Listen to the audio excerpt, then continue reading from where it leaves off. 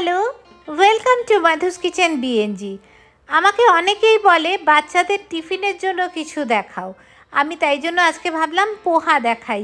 ভীষণ তাড়াতাড়ি হয়ে যাবে আর বাচ্চাদের টিফিনে দিলে বাচ্চাদেরও খুব ভালো লাগবে। দেখুন কি সুন্দর ঝরঝরে পোহা হয়েছে, কিন্তু আমিও প্রথম কিন্তু পোহা ঠিকঠাক বানাতে পারতাম না। আজকে ঝরঝরে পোহা কি করে বানাতে হয় বলতে বলতে আমি এটাও বলবো আমি কি ভুল করতাম, তাহলে সেই ভুলটা আপনারা করবেন না আর একটা সুন্দর পোহা বাড়িতে বানাতে পারবেন। বাচ্চাদের টিফিনে দিতে পারেন অথবা বাড়িতে বিকেলবেলায় চা কফির সাথে স্ন্যাক্স হিসাবেও দিতে পারেন। দেখুন পোহাটা কি সুন্দর ঝরঝরে হয়েছে, প্রতিটা পোহার চিড়ে আলাদা আলাদা বোঝা যাচ্ছে। কি সুন্দর ঝরঝরে হয়েছে। অবশ্যই বানাবেন মহারাষ্ট্রের খুব পপুলার কান্দা পোহা।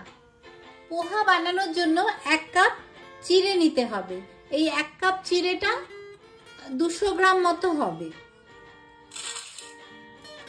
এই চিড়েটা দেখুন, চিড়ে 2 রকমের হয়।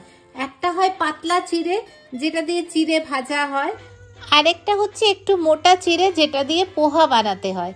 আমি আগে একদম পোহা বানাতে পারতাম না। আমি চাল ধোয়ার মতো করে বারবার ওটাকে ধুতাম, আর পোহা মানে চিড়েটা একদম গলে পাক হয়ে যেত, আর পোহা না হয়ে পোহার চচ্চড়ি হয়ে যেত।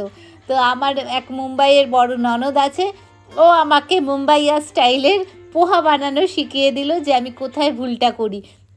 প্রথমেই চিড়েটাকে খুব ভালো করে একটু ভালো জল দিয়ে ভেজাবো। দেখুন কত নোংরা বেরোচ্ছে। এটাকে কিন্তু ভিজিয়ে রাখবেন না, একদম জাস্ট ধুলেন, সাথে সাথে একটা স্ট্রেনারে চিড়েটা এরকম ভাবে জল ঝরিয়ে রাখতে হবে। পোহার চিড়ে বারবার ধোবেন না, একবার ধুয়েই তুলে নেবেন এরকম ভাবে, তাহলে একদম সুন্দর হয়ে যাবে। ইম্পর্টেন্ট ব্যাপার, এই যে চিড়েটাকে এরকম ভাবে ছড়িয়ে একটু কিছুক্ষণের জন্য রেখে দিন। ততক্ষণে পেঁয়াজ কাটা অন্যান্য জিনিসগুলো করতে থাকে, ততক্ষণে চিড়ের থেকে জলটা একদম ঝরে যাবে। একটা কোনো রুমাল দিয়ে ঢাকা দিয়ে অথবা এরকম কিছু দিয়ে একটা ঢাকা দিয়ে ফ্যানের নিচেও বসিয়ে রাখতে পারেন, তাহলেও একদম জলটা ঝরে যাবে। যে কাপের 1 কাপ চিড়ে নিয়েছি বা পোহা নিয়েছি, সেই কাপেরই 1/4 কাপ বা 1 মুঠো এইটা হচ্ছে চিনে বাদাম বা পিনাটস। কিছু কারি পাতা লাগবে। এইটাকে জলে ধুয়ে রেখেছি খুব ভালো করে। এবারে এইটাকে একটু আলাদা করে রাখবো, জলটা ঝরিয়ে নেব, না হলে কিন্তু খুব ফুটবে। লাগবে একটা বড় পেঁয়াজ, যদি ছোট হয় 2টো পেঁয়াজ দেবেন, আর বড় পেঁয়াজ পেলে একটা দিলেই হবে। অনেকেই বলেন পেঁয়াজ কাটতে ভীষণ চোখ জ্বলে, কি করবেন একটা টিপস, পেঁয়াজটাকে কেটে জলে ভিজিয়ে দিন, খুব ভালো করে জলে ভিজিয়ে দিন। পেঁয়াজ ধোয়াও হয়ে যাবে আর কাটার সময় একদম চোখ জ্বলবে না। অল্প কারি পাতার সাথে লাগবে অনেকটা ধনে পাতা। ধনে পাতাটা ভিজিয়ে রেখেছিলাম, এবার ছোট ছোট করে একদম কুচি কুচি করে কেটে নেব। 2-3 বার এরকম ভাগ করে নিলাম, এবার একদম ছোট ছোট করে কেটে নেব।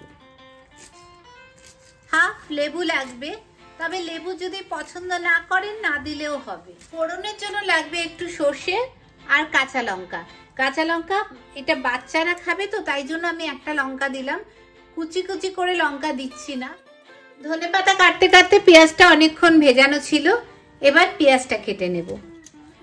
এইভাবে কাটলে দেখবেন আর চোখ জ্বলছে না। একদিকে সাইড করে নিলাম। যতটা সরু করে পারেন পেঁয়াজটা কেটে নেবেন। আরে সাবস্ক্রাইব করেছেন তো? করেননি? এক্ষুনি করে ফেলুন, পরে ভুলে যাবেন। আর লাগবে পোহা বানানোর জন্য অল্প তেল, নুন, হলুদ। তেলও বেশি লাগবে না, 2 টেবিল স্পুন তেল দিয়েছি। কড়াই গরম হচ্ছে। ফোড়নের জন্য নিচ্ছি কারি পাতা, সর্ষে আর কাঁচা লঙ্কা। বাদামটা শুকনো খোলায় ভাজতে হবে। শুকনো খোলায় ভাজা মানে তেল ছাড়া কড়াইয়ে একটু নাড়াচাড়া করে নিতে হবে কয়েক সেকেন্ডের জন্য। কিন্তু আমি একটা টিপস দিচ্ছি, মাইক্রোওয়েভেনে কি করে বাদাম ভাজতে পারেন।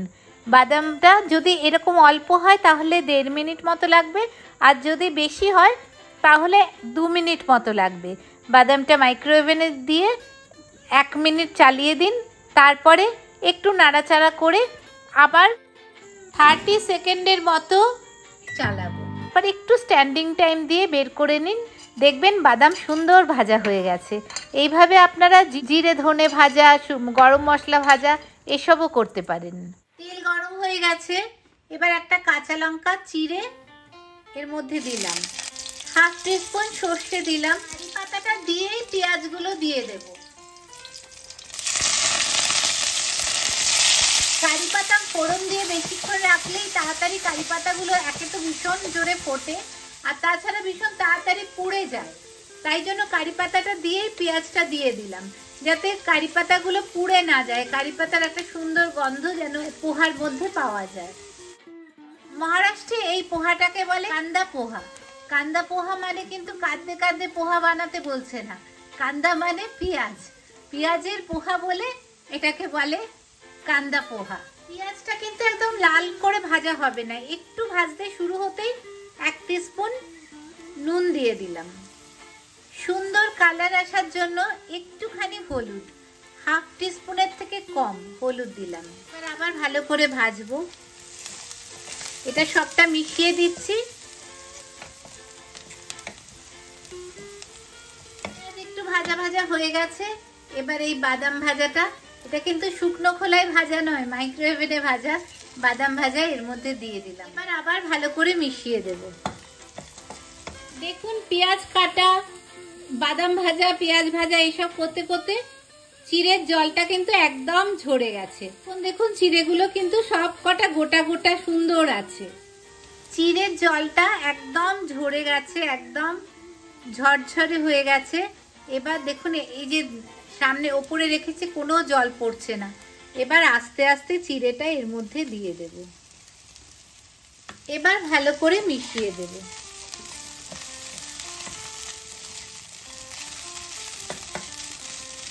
এক মিনিট মতো রান্নাটা হয়েছে। এবারে এই পোহার উপরে এইভাবে লেবুর রসটা দিয়ে দেব। এবার লেবুর রসটা আর পোহাটার সাথে ভালো করে মিশিয়ে দেব, আর 1 মিনিট ঢাকা দিয়ে রাখবো। 1 মিনিট ঢাকা দিয়ে রান্নাটা হবে। ব্যাস 1 মিনিট হয়ে গেছে, পোহা রান্না কমপ্লিট।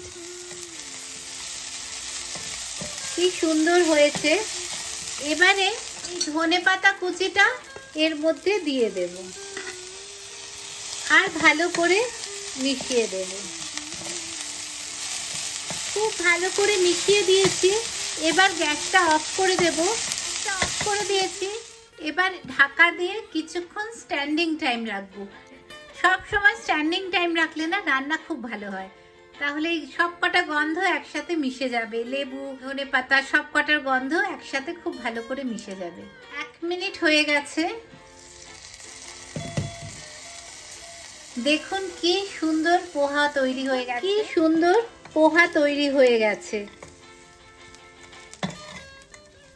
এই লঙ্কাটা আমি লঙ্কা কুচি দিইনি, কারণ বাচ্চারা অনেক সময় লঙ্কা খেতে ভালোবাসে না।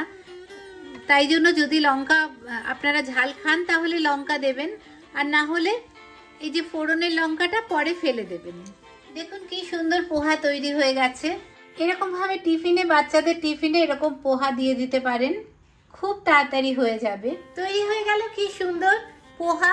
বাচ্চাদের টিফিনে দিতে পারেন, অথবা বিকেল বেলায় চা কফির সাথে স্ন্যাক্স হিসাবেও দিতে পারেন।